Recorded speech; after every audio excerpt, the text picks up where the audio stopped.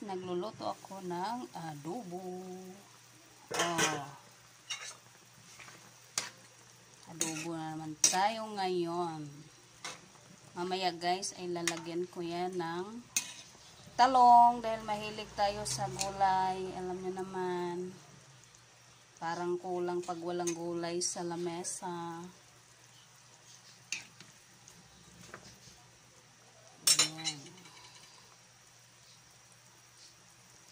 Usok-usok. Ito naman ang ihalo ko mamaya guys, ang talong. Yan, dahil mahilig tayo sa gulay.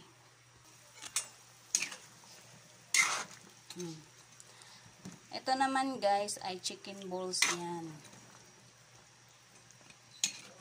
Chicken balls. Oh, experiment na naman si Inday sa kanyang pagluluto. Mga load, mga guys.